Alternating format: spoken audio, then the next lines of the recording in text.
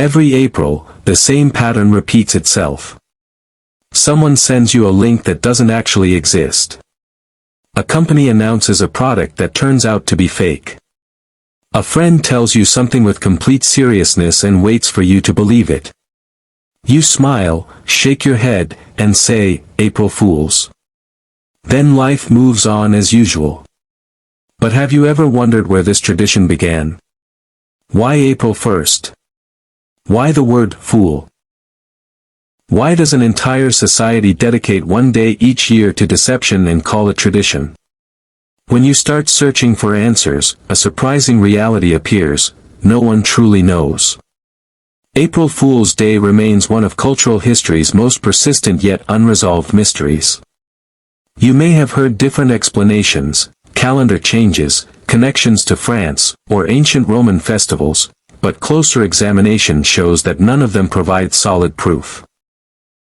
The real history is far more obscure, more complex, and possibly much older than anyone has been able to confirm.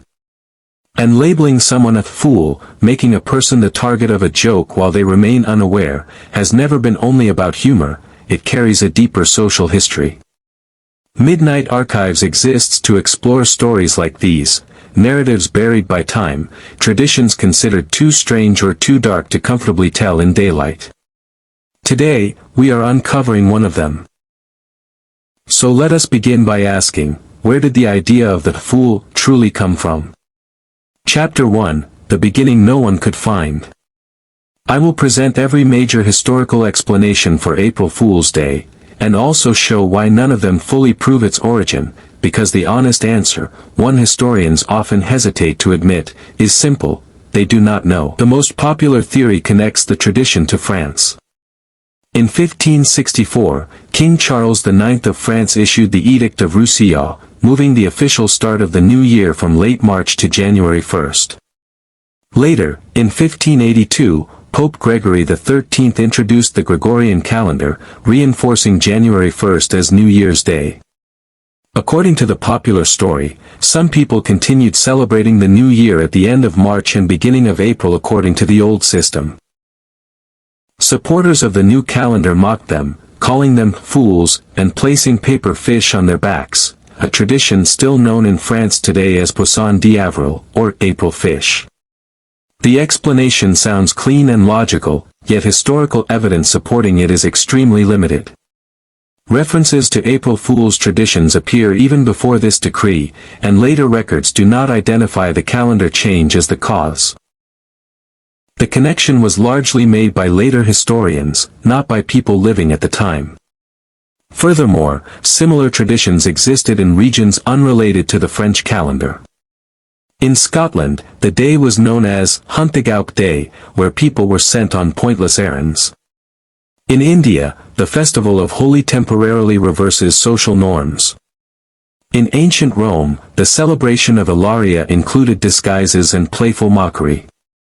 These traditions share similarities, but not a single clear origin. Geoffrey Chaucer is sometimes cited as evidence, yet that reference remains uncertain and may simply result from a copying error. Another theory suggests that spring itself is deceptive, promising warmth while winter briefly returns. It is poetic, but not historically supported. So the most honest conclusion remains: no one knows with certainty where April Fool's Day began. The tradition may have emerged independently in different cultures for different reasons. It may be connected to ancient spring festivals or to a human tendency to mark seasonal change with humor and controlled chaos.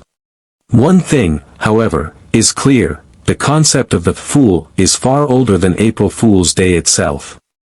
Nearly every culture includes a trickster figure: Loki from Norse mythology, Anansi from African folklore, the coyote from Native American stories, and the medieval court jester, the one person allowed to speak truth even before a king. Chapter 2, The Feast of Fools. The closest historical ancestor of April Fool's Day may lie within the medieval church celebration known as the Feast of Fools. Imagine a grand cathedral normally governed by strict order suddenly transformed into chaos for a single day. Lower-ranking clergy took control, a mock bishop was elected, religious garments were worn backward, sacred songs turned humorous, and even a donkey might be included in ceremonial processions.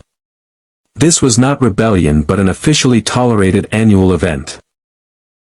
In 1444, scholars at the University of Paris defended the celebration, arguing that human foolishness needed release at least once a year, like a wine barrel that must occasionally be vented or it might burst. Church authorities repeatedly attempted to ban the festival, yet it never fully disappeared. Over time, the practice moved from church spaces into public festivals and eventually condensed into a single calendar day, April 1st. Chapter 3: The Hidden Harshness of Jokes. Historical pranks were not always harmless. In 1810, a London man named Theodore Hook won a bet by sending thousands of fake letters to a woman's home, causing crowds to gather outside her door.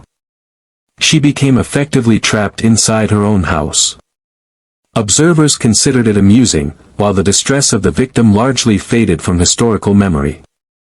In 1835, the New York Sun newspaper published false reports claiming life existed on the moon, and thousands of readers believed it.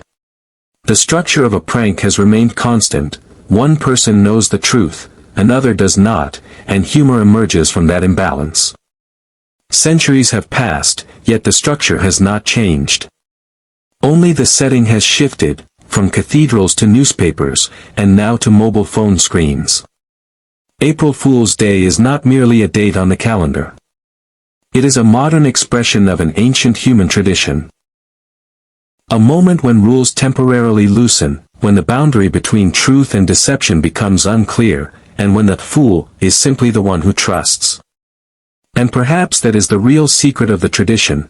We do not know where it began, but humanity has always seemed to need it.